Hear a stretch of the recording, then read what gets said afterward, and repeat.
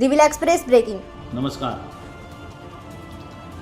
માન્ય મુખ્યમંત્રીશ્રીને પત્ર લખ્યો છે, ટ્વીટ કરીને જાણ કરી છે કે જે રીતે અત્યારે સ્માર્ટ મીટર લગાવવાથી આખા ગુજરાતની અંદર લોકોના મનમાં એક અસમંજસ છે, એક બુમરાહો ચાલી રહ્યો છે કે સ્માર્ટ મીટરની અંદર બિલો વધારે આવી રહ્યા છે। આ પ્રકારની ખોટી વાતો જે થઈ રહી છે એને અનુલક્ષીને મેં સમય મર્યાદા વધારવા માટે અને એક બે સૂચનો સાથેનો મેં પત્ર લખ્યો છે। પત્રની અંદર મેં સ્પષ્ટપણે કીધું છે કે જે રીતે મીટર આપણે 3 દિવસ બંને મીટર રવા દઈએ છીએ એની જગ્યાએ આપણે 60 દિવસ માટે રવા દઈએ, એટલે કે 2 મહિના માટે, જેથી કરીને લોકોના મનમાં જે શંકા છે એ શંકાનો તમામ પ્રકારે નિરાકરણ આવે, સ્માર્ટ મીટરથી આ પ્રકારના ફાયદા થાય।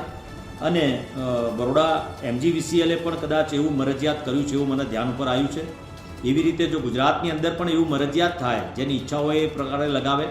સાથે જો 60 દિવસની અંદર આ રીતે બંને મીટર લગાવવામાં આવશે, બંને મીટરનો કોઈ તફાવત નથી સમજવામાં આવશે, તો લોકો સ્વેચ્છાએ લગાવશે, કારણ કે લોકોને પણ ધક્કા ખાવા ના પડે।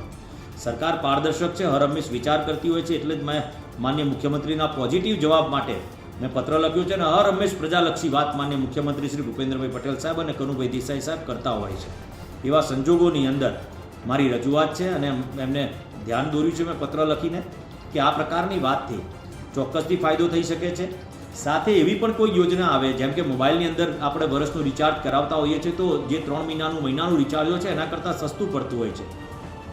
એવી જ રીતે AMC દ્વારા પણ ટેક્સમાં પણ રાહત મળતી હોય 10-20%, 25% સુધીની। એવી રીતે આપણે જો GEBની અંદર પણ જે રીતે આપણે સ્માર્ટ મીટર જે જિલ્લાઓમાં ગુજરાતની અંદર લગાવવામાં આવી રહ્યા છે એની અંદર એડવાન્સ પેમેન્ટની અંદર પર્સન્ટેજમાં ડિસ્કાઉન્ટ આપવામાં આવે તો હું ચોક્કસથી માનું છું કે સ્માર્ટ મીટર લોકો સ્વેચ્છાએ સામે ચાલીને લગાવવા માટે તૈયાર થશે।